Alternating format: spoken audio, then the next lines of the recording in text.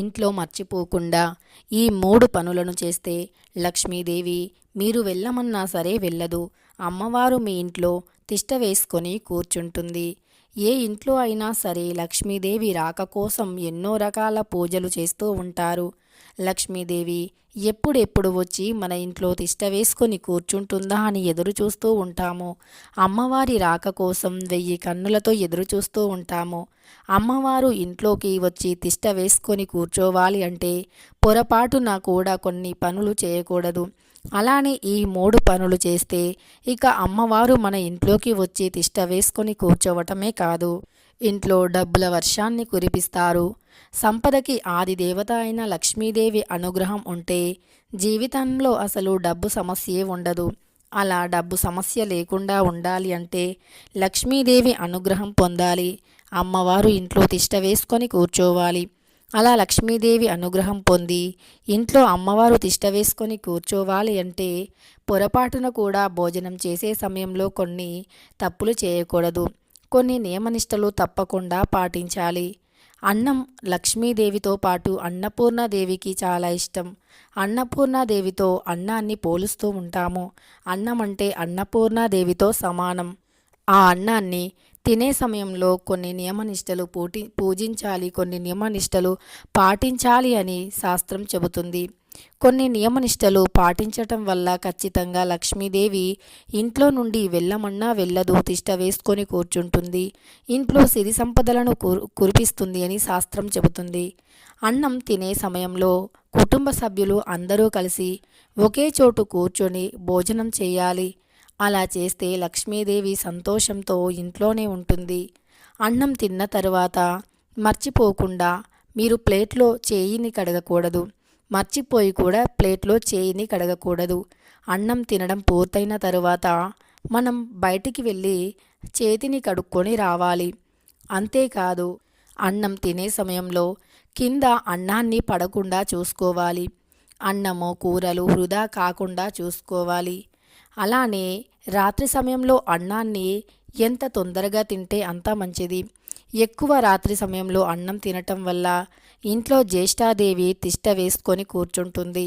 అంతేకాదు, వ్యాధులు కూడా రావటానికి అనుకూలంగా ఉంటుంది. కాబట్టి అన్నాన్ని రాత్రి తొందరగానే తినాలి. అలానే చాలామంది అన్నం తిన్న తర్వాత అన్నం తిన్న ప్లేట్ని శుభ్రం చేయకుండా అన్నం తిన్న ప్లేటు మరియు చేయి ఆరిపోయే వరకు కూడా అలానే చూస్తూ ఉంటారు. అలా అన్నం తిన్న తర్వాత ప్లేటుని ఎండిపోయే వరకు చూడకూడదు అని, రాత్రి భోజనం చేసిన తర్వాత ప్లేట్ని ఉదయం కడగకుండా రాత్రి శుభ్రం చేసి పడుకోవాలి అని పండితులు చెబుతున్నారు. అలా భోజనం తర్వాత అన్నం తిన్న ప్లేట్లు గిన్నెలను శుభ్రం చేసి పడుకోవటం వల్ల లక్ష్మీదేవి ఇంట్లో తిష్ట వేసుకొని కూర్చుంటుంది అని శాస్త్రాలు చెబుతున్నాయి. కాదని రాత్రి అన్నం తిన్న తరువాత ఉదయాన్నే ఆ గిన్నెలు తోమివేస్తామని మన వంట రూమ్ని అపరిశుభ్రంగా ఉంచుకుంటే ఇక జ్యేష్ఠాదేవి ఇంట్లోకి సంభవించి మన ఇంట్లో మనల్ని ధనవంతుల్ని కూడా పేదవాళ్ళుగా మారుస్తుంది అని శాస్త్ర పండితులు వివరిస్తున్నారు. అలానే లక్ష్మీదేవి మన ఇంట్లోకి వచ్చి దరిద్రదేవి ఇంట్లో నుండి వెళ్ళిపోయి ఇంట్లో సుఖశాంతులు ఐశ్వర్యం పెరగాలి అన్నా, అదృష్టం కలిగి ఇంట్లో ఐశ్వర్య వర్షం కురవాలి అన్నా, చేతి నిండా ధనం ఉండాలి అన్నా కొన్ని నియమనిష్టలు పాటించవలసి ఉంటుంది. లక్ష్మీదేవికి ఇష్టమైనటువంటి కొన్ని పదార్థాలను ఎప్పుడూ కూడా నిర్లక్ష్యం చేయకూడదు. లక్ష్మీదేవి నివాస స్థానాలు వచ్చి 96. లక్ష్మీదేవి నివాస స్థానాలను ఎప్పుడూ నిర్లక్ష్యం చేయకూడదు. పొరపాటున కూడా అమ్మవారికి ఆగ్రహాన్ని తెప్పించకూడదు. లక్ష్మీదేవి నివాస స్థానాలలో ముఖ్యంగా పాలు, పెరుగు, ఉప్పు, పంచదార, బెల్లం అంటే తీపి పదార్థాలు, అలానే గోవు, దీపం, పూలు ఇలాంటివి అమ్మవారి యొక్క నివాస స్థానాలు. వీటిని ఎప్పుడూ నిర్లక్ష్యం చేయకూడదు. అంతేకాదు, దీపాన్ని వెలిగించే విషయంలో కూడా నియమనిష్టలు పాటించాలి. ఆధ్యాత్మికంగా అదేవిధంగా భక్తి శ్రద్ధతో జీవించాలి. ప్రతి ఒక్కరికి అంటే ఎవరైనా ఆపదలో ఉంటే సాయం చేసే అంత మంచి మనస్సు, గొప్ప మనస్సు ఉండాలి. మీకు గోవు కనిపించినప్పుడు గోమాతకు ఏదైనా ఆహారాన్ని పెట్టాలి. దీపం పగిలిపోయేలాగా ఎప్పుడూ పెట్టకూడదు. దీపం విషయంలో చాలా జాగ్రత్తగా ఉండాలి. దీపం విషయంలో కొన్ని నియమనిష్టలు కూడా తప్పకుండా పాటించాలి. అలానే చాలామంది చిల్లర నాణాలను నిర్లక్ష్యం చేస్తూ ఉంటారు. చిల్లర నాణాలు లక్ష్మీదేవికి చాలా ఇష్టం. కాబట్టి చిల్లర నాణేలను ఎప్పుడూ కూడా నిర్లక్ష్యం చేయకూడదు. ఎక్కడ పడితే అక్కడ పెట్టకూడదు. చిల్లర నాణాలను అన్నీ కలిపి ఒక దగ్గర ఒక బౌల్లో లేదా గాజు బౌల్లో వేసి పెట్టాలి. పూలను చాలామంది కాలు కింద వేసి తొక్కుతూ ఉంటారు. వాడిపోయాయి కదా, పాడైపోయాయి కదా అని కాళ్ళ కింద వేసి తొక్కుతూ ఉంటారు. పాడైపోయిన పువ్వులు అయినా సరే కాళ్ళ కింద వేసి తొక్కకూడదు. పువ్వులు ఎప్పుడైనా పవిత్రమైనటువంటివే. కాబట్టి ఎప్పుడూ కాళ్ళ కింద వేసి తొక్కకూడదు. అలా తొక్కితే లక్ష్మీదేవి యొక్క ఆగ్రహానికి గురి కావలసి వస్తుంది. దరిద్రులుగా మారిపోతారు. అలానే లక్ష్మీదేవికి ఎప్పుడు అయినా సోమరిపోతుతో ఉన్నవారైనా ఉదయం సాయంత్రం అని తేడా లేకుండా ఎప్పుడు పడితే అప్పుడు నిద్రించడం, ఉదయం మిట్ట మధ్యాహ్నం వరకు పడుకొని ఉండటం, సాయం వేలైనా సరే పడుకుని ఉండటం, అలానే ఎప్పుడు పడితే అప్పుడు భోజనాలు చేయటం, ఇంట్లో పనిపైన శ్రద్ధ పెట్టకపోవటం వంటివి చేస్తే లక్ష్మీదేవి ఇంట్లో అస్సలు నిలవదు. లక్ష్మీదేవికి సోమరిపోతులు అంటే, చాలా బద్ధకస్తులు అంటే నచ్చదు. అలాంటి ఇంట్లో లక్ష్మీదేవి అస్సలు క్షణం కూడా నిలవదు. ఎవరైతే యాక్టివ్గా వారి పనులను వారి చేసుకుంటూ ఇల్లుని శుభ్రపరుస్తూ మంచి రుచికరమైనటువంటి ఆహారాన్ని వండి కుటుంబంలో పిల్లలకి తమ భర్తకి వడ్డించి వారందరినీ తృప్తిపరుస్తూ సంతోషంగా ఉంటూ సంతోషంగా వారిని కూడా ఉంచుతూ ఉంటే ఆ ఇంట్లో లక్ష్మీదేవి తాండవం చేస్తుంది.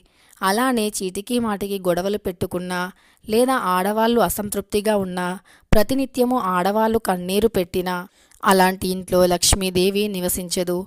కాబట్టి ఈ విషయాలను ఆడవారు తప్పకుండా గుర్తుంచుకోవాలి. అలానే ఇల్లుని వాకిలిని ఎప్పుడూ శుభ్రంగా ఉంచుకోవాలి. సూర్యుడు ఉదయించకముందే ఇల్లు వాకిలి శుభ్రం చేసుకోవాలి. విరిగిన వస్తువులను అస్సలు ఇంట్లో వాడకూడదు. అవి వంట పాత్రలు అయినా, ఇంట్లో విరిగిన సోఫాలు అయినా, విరిగిన పదార్థాలు అయినా, పాడైపోయిన గడియారం అయినా, ఇలా పాడైపోయిన విరిగిన వస్తువులను ఇంట్లో వాడకూడదు. అలాంటివి వాడినా లక్ష్మీదేవి ఇంట్లో ఉండదు. అలానే పాడైపోయిన పరిసరాల దగ్గర పిల్లలను ఆడనివ్వకూడదు. ఇంట్లో పాడైపోయిన బొమ్మలతో పిల్లలను ఆడనివ్వకూడదు. అంతేకాదు, పాడైపోయిన వస్తువులు ఉన్న ఇంట్లో జ్యేష్ఠాదేవి ఖచ్చితంగా తిష్ట వేసుకొని కూర్చుంటుంది. పగిలిపోయిన పాడైపోయిన వస్తువులు ఇంట్లో లేకుండా ఖచ్చితంగా నియమనిష్టలతో ఉండాలి.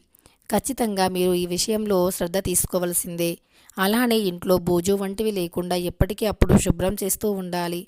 ముఖ్యంగా ముందుగా మనం పూజించేది వినాయకుణ్ణి. ఏ పండగల్లో అయినా శుభకార్యాల్లో అయినా వినాయకుణ్ణి ముందుగా పూజిస్తాము. ఆ వినాయకుణ్ణి మన ఇంట్లో పూజగదిలో తప్పనిసరి పెట్టుకోవాలి.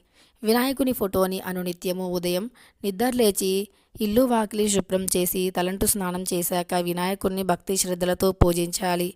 ఇలా చేస్తే ఇంట్లో సిరి సంపదలు పెరుగుతాయి. అలానే చాలామంది పూలను వాడుతూ ఉంటారు పూజకి. అలా పూలను పూజకి వాడిన తర్వాత ఆ పూలు పాడైపోతూ ఉంటాయి. అలా పాడైపోయిన పూలను కూడా చాలామంది ఇళ్లల్లో అలానే పెట్టుకొని ఉంటారు. చాలా రోజుల వరకు ఆ పూలను తీయకుండా అలానే దీపం వెలిగిస్తూ ఉంటారు. అలా చేయకూడదు అని పండితులు వివరిస్తున్నారు. ఎప్పటికీ అప్పుడు పూలను తీసి శుభ్రంగా చేసుకోవాలి. అలానే వాటర్ని ఎప్పుడూ కూడా వృధా చేయకూడదు. నీటిని వృధా చేస్తే ధనం కూడా అదే విధంగా వృధాగా ఖర్చవుతుంది అని పండితులు శాస్త్రాలు చెబుతున్నాయి. ఎప్పుడైనా కిచెన్ ట్యాప్ని గట్టిగా అంటే నీళ్లు లీక్ అవ్వకుండా ఆఫ్ చేసి పెట్టుకోవాలి. నీరు వృధాగా పోతే లక్ష్మీదేవికి చాలా ఆగ్రహం వస్తుంది. ఆగ్రహంతో లక్ష్మీదేవి వెళ్ళిపోతుంది. అప్పటి నుండి డబ్బు కూడా వృధాగా ఖర్చయిపోతూనే ఉంటుంది. కాబట్టి ఎప్పుడూ కూడా నీటిని వృధా చేయకూడదు. ట్యాప్స్ని గట్టిగా ఆఫ్ చేసుకోవాలి. నీరు ఎక్కడా లీక్ కాకుండా చూసుకోవాలి. అవసరానికి తగినట్లుగానే నీరుని వాడుకోవాలి. నీటితో పాటు డబ్బుని కూడా అవసరం మేరకే వాడుకోవాలి.